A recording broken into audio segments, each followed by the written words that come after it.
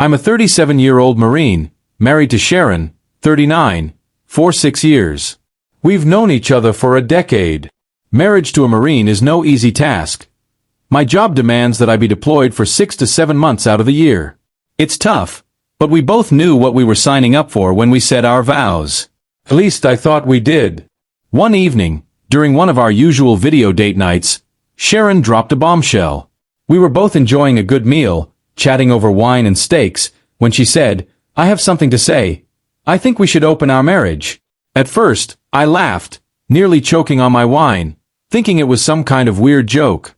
I even tried to crack a joke back, expecting her to laugh with me, but her expression didn't change. She wasn't joking.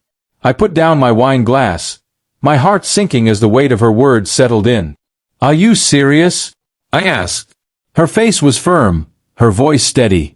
"I've been thinking about this for a while, and I've come to the conclusion that opening the marriage is the best option for us." I sat in stunned silence as she laid out her reasoning. According to her, the loneliness had become unbearable. She spoke about how hard it was to go months without intimacy, how miserable it felt to celebrate birthdays, anniversaries, or even visit the doctor alone. She confessed that she hadn't realized how tough it would be when we first got married. "Half of my life is spent just waiting for you," she said, her voice breaking. "I love you, and I want to grow old with you. But I can't keep living like this, craving affection and intimacy and being constantly alone. I'm nearing 40, and I don't want to look back on my life with regrets." Her emotions were raw, and I could tell this wasn't easy for her to say. I sympathized with her feelings. I know my career places an incredible strain on her, but I couldn't believe what she was asking of me. "Are you breaking up with me?" I asked cautiously. "No," she said quickly. "I could never leave you. But I want to open our marriage. I have needs, and they need to be met. This is happening, whether you agree or not." Her bluntness hit me like a punch to the gut.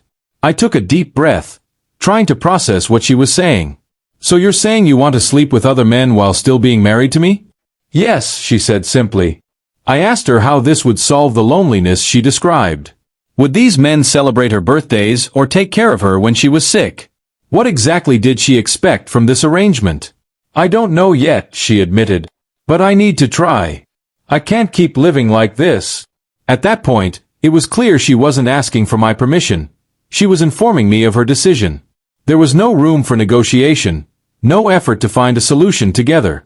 I felt powerless, betrayed, and deeply hurt. I didn't want to fight, so I ended the call. But that night, I made a decision of my own. If Sharon was going to build a life without me, I was going to do the same. Over the next few months, I focused on myself. I poured my energy into my work, hobbies, and friendships. I reconnected with people I hadn't spoken to in years and started rebuilding a sense of independence that I hadn't realized I'd lost. Sharon, on the other hand, dove headfirst into her newfound freedom. At first, she seemed happy with her choice, but as time went on, cracks started to show. She became distant, her messages grew shorter, and our video calls less frequent. One day, after months of this strained dynamic, she called me in tears. "I made a mistake," she said. "I thought opening the marriage would make me happier, but it hasn't. I miss you. I miss us." Now, she wants to repair our marriage, but I'm not sure if I can. She made her decision without me, and I've started to see what life could be like without her. When someone makes a choice like this, how do you move forward? Can you rebuild trust when it's been broken so profoundly?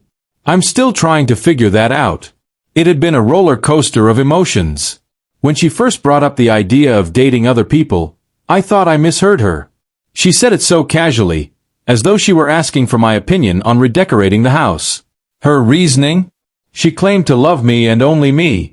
Any other person she brought into her life would merely be a placeholder, a filler in my absence.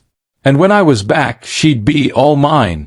I asked her point blank how long she intended for this arrangement to last. Just a few years or forever. Her response chilled me. "I haven't decided yet." I pressed further, asking if she had already cheated on me. She bristled at the question, snapping no. "If I were to cheat, I'd do it right under your nose. I wouldn't bother having this difficult conversation." She insisted this was about honesty, transparency, her twisted version of loyalty. In her mind, opening up the marriage was better than cheating. To some, her logic might seem rational, even admirable in its honesty, but I couldn't buy into it. This wasn't the marriage I had envisioned. I asked if my opinion mattered in any of this, and her response stung like a slap. She had already made up her mind. "If I don't do this," she said, "I'll go crazy." My head throbbed as her words sank in. Reaching my breaking point, I told her I needed time to process everything. Her response? A curt "okay," followed by hanging up without even a goodbye. The timing of this revelation was almost laughable. I had just returned from home a few weeks ago, diving headfirst into a demanding new role at work. And here she was, dropping this emotional bombshell the very next day. When we talked again, I asked her why she hadn't brought this up while I was home. Her answer was baffling. "When you're with me, I don't feel the need for other men." Part of me wanted to believe she was just lonely in my absence, but I wasn't naive. I couldn't let myself live in a fantasy. I asked her again, calmly this time, if she had truly thought this through and understood the consequences. She didn't hesitate. "Yes." Curious about her plan, I prodded further. What exactly did she envision? Could I also date other people? How long would this last? How would we handle finances? I wasn't genuinely considering going along with her scheme. I just wanted to gauge her thinking. Her response was so shallow it was almost laughable. "I don't think so deeply," she said. "I just want someone to cater to my needs when you're gone. When you're here, it'll just be us again, like usual.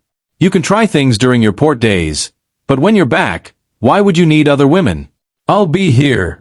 She made it sound so simple, as if she were proposing a casual lifestyle tweak rather than dismantling the foundation of our marriage. "This is how we'll start," she said, "and then we'll tweak the plan if needed.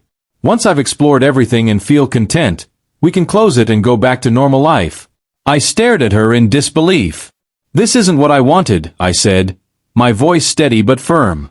"I married you because I wanted a monogamous relationship, something pure and committed. But since you've clearly made up your mind, I won't stop you. Just remember, I don't want this. If you go through with your plan, don't expect me to simply sit here and accept it. There will be consequences." Her reaction was infuriating. She had the audacity to ask, "What are you going to do about it?" I laid it out plainly. "First, you'll manage your own expenses. I'm not putting another cent into our joint account. Second, we'll cut off all communication. Don't expect me to text or call you while you're off with someone else. And third, if you're going down this road, I might start seeing other women too, and you'll have no say in it." Her response was almost gleeful. She giggled like someone who'd just won the lottery. "I knew you'd come around," she said. "I'm already feeling giddy with excitement. This is going to be fun. I know you won't go too far. How could you leave someone as beautiful as me?" She started undressing, trying to seduce me into compliance. But I wasn't playing her game.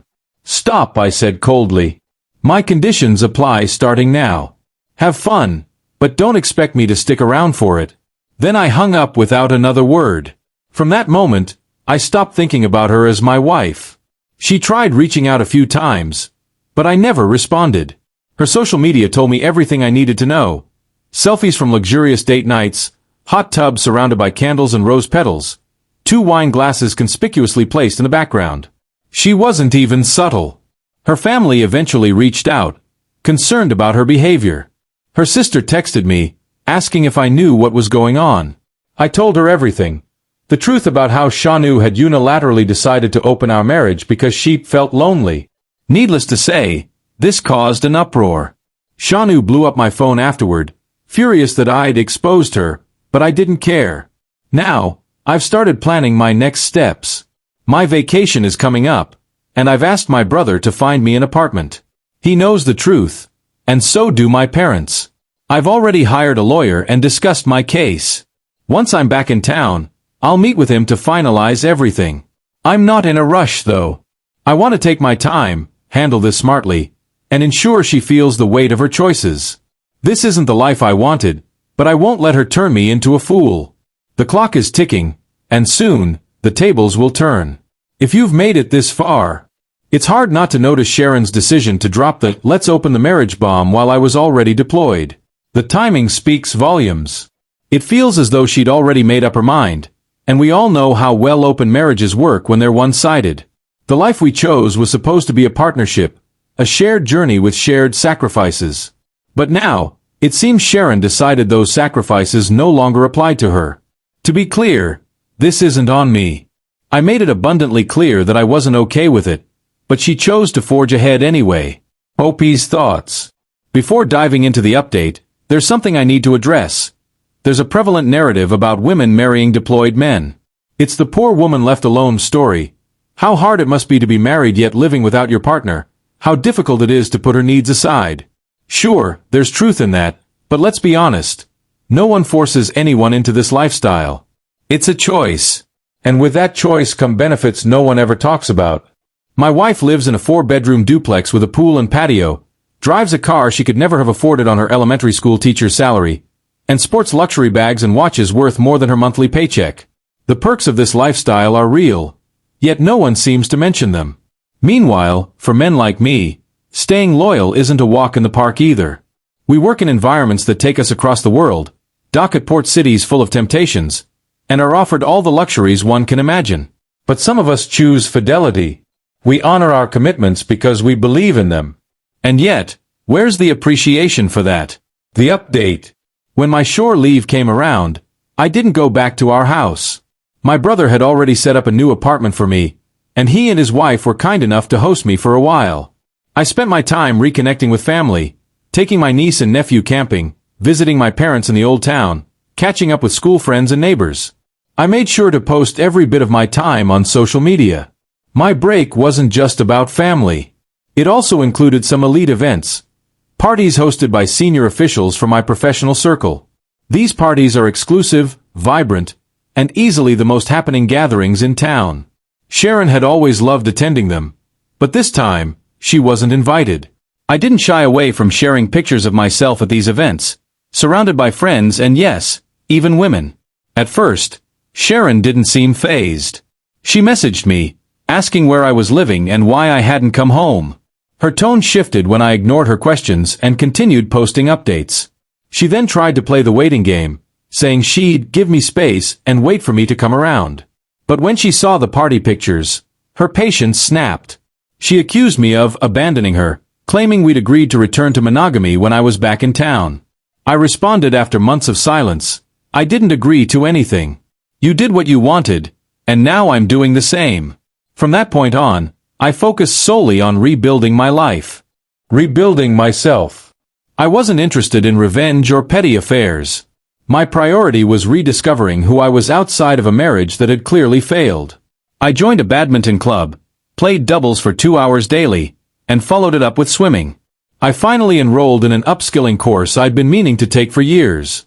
I hit the gym regularly, reconnected with old friends, and created a routine that gave me purpose. Every small achievement, the courses, the workouts, the personal growth, felt like a win. I was happier and healthier than I'd been in years. Months passed, and Sharon couldn't resist reaching out again. She emailed me to propose rules for our open marriage. My response was simple, you're free to do whatever you want, but I'm not playing this game with you. Realizing she was losing control, she sent another email, claiming she wanted to return to monogamy and be done with this. Her words made it sound like she thought our relationship was a door she could swing open and shut whenever she pleased. I replied with a simple that's it, and moved on. Confrontation. One day, Sharon showed up unannounced at my apartment. She looked nervous and out of place as she stood in the doorway, demanding to know why I hadn't come home. My answer was firm, because I have no intention of living with someone who doesn't respect our marriage. Her response? Tears. She admitted that everyone in our social circle had begun distancing themselves from her. The same wives who were once her close friends now ignored her calls and excluded her from events. People didn't want a bad apple ruining their dynamic, and she was feeling the weight of those consequences. Sharon's tears and pleas didn't sway me. She had made her choices, and now I was making mine. The end of an era. I wasn't interested in rubbing salt in her wounds or seeking validation from others.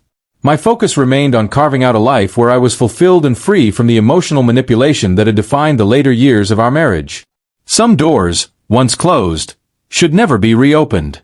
She looked at me with tear-filled eyes, her voice trembling as she insisted we attend couples counseling to save our marriage. I couldn't help but laugh at her suggestion, a bitter sound that cut through the tense air. She asked, "What do you want, then?" I leaned back, smirking. "You'll find out soon enough," I said.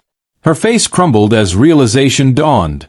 "You've met someone, haven't you?" she accused. "You love her, don't you? Are you sleeping with her?" I laughed louder this time. "Keep guessing," I said coldly. She begged for an answer, but I had no patience left. "Get out!" I yelled, my voice echoing through the room. She left in tears, whispering that I'd regret betraying her trust. But regret was the last thing on my mind. My lawyer was already working on the divorce papers, and I had a plan. I wanted her served while I was away at sea, leaving her no chance to storm into my apartment or manipulate the situation. The day I sailed, my attorney delivered the papers. She called me in a panic, her voice breaking as she accused me of betrayal. "You've broken me," she cried. She even called my lawyer, vowing to fight the divorce tooth and nail. Then, she reached out to my parents, painting herself as the victim. What she didn't realize was that my parents already knew the truth. They rebuked her and cut ties, unwilling to entertain her lies any longer. Her mother called me next, pleading on Sharon's behalf. She said Sharon's mental health had suffered, that she was ostracized from our social circles, excluded from high-profile events that once defined her life. "Is there no chance for reconciliation?" her mother asked. "None," I replied firmly. "I can't be the husband of a woman who opened our marriage and slept with strangers for a year. Who knows what she brought into our lives?" Her mother tried to reason with me, but I was done. The longer she resists this divorce, the more painful it will be for her. Tell her to let go for her own sake. Since then, Sharon has bombarded me with texts and voicemails, begging and pleading for another chance. I haven't blocked her yet. I want her to see what she's lost before I cut her off completely. Update: the fall of Sharon. Life has taken an unexpected turn for Sharon. The divorce proceedings are ongoing, but she's resisting every step of the way. Financially, she's hit rock bottom. The glamorous life she envisioned crumbled when the men she entertained showed their true intentions. They were only there for the fun. She burned through her savings trying to maintain her lavish lifestyle after I stopped funding it. But a schoolteacher's salary can't buy designer dresses or fund luxury vacations. Now, she's broke, humiliated, and desperate. She broke down in court, sobbing that opening the marriage was a mistake and begging to go back to the way things were. But how could I? How could I forget the betrayal, the humiliation, the endless nights at sea when I stared into the abyss, drowning in my own misery? For 6 long months, she lived her new life while I grappled with the devastation she left behind. She thought I would fund her lifestyle forever, but when I didn't, her fantasy crumbled. Now, the divorce is almost finalized. The asset division is fair, though bittersweet. I'm letting go of the house.